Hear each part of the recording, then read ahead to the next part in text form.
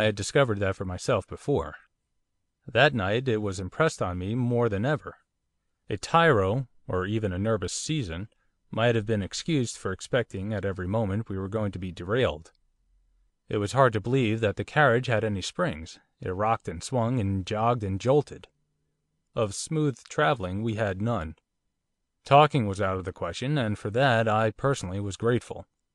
Quite apart from the difficulty we experienced in keeping our seats, and when every moment our position was being altered, and we were jerked backwards and forwards, up and down, this way and that was a business which required care. The noise was deafening. It was as though we were being pursued by a legion of shrieking, bellowing, raging demons. 'George!' shrieked Atherton. 'He does mean to earn that fiver. I hope I'll be alive to pay him.' He was only at the other end of the carriage, but, though I could see by the distortion of his visage that he was shouting at the top of his voice, and he has a voice, I only caught here and there a word or two of what he was saying. I had to make sense of the whole. Lessingham's contortions were a study. Few of that large multitude of persons who are acquainted with him only by means of the portraits which have appeared in the illustrated papers would then have recognised the rising statesman. Yet I believe that few things could have better fallen in with his mood than that wild travelling.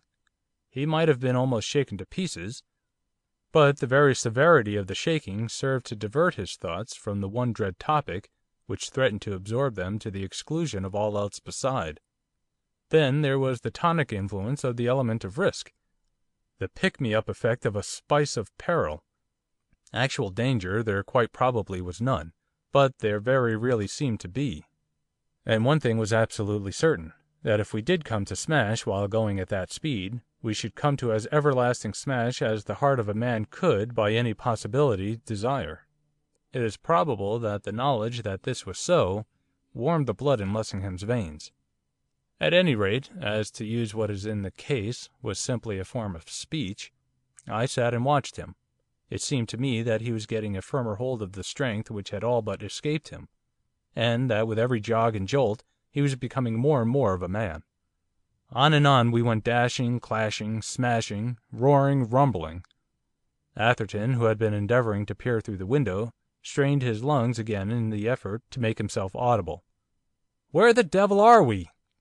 Looking at my watch I screamed back at him. 'It's nearly 1, so I suppose we're somewhere in the neighbourhood of Luton.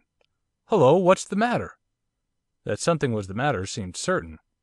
There was a shrill whistle from the engine. In a second we were conscious, almost too conscious, of the application of the Westinghouse brake. Of all the jolting that was ever jolted, the mere reverberation of the carriage threatened to resolve our bodies into the component parts. Feeling what we felt then helped us to realise the retardatory force which that vacuum brake must be exerting. It did not seem at all surprising that the train should have been brought to an almost instant standstill.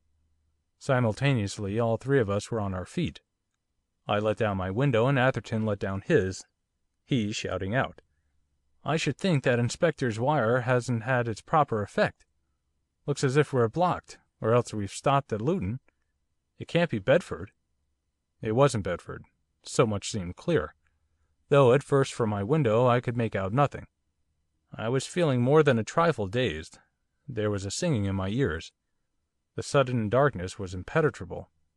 Then I became conscious that the guard was opening the door of his compartment.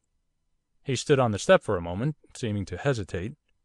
Then, with the lamp in his hand, he descended on to the line. 'What's the matter?' I asked. 'Don't know, sir.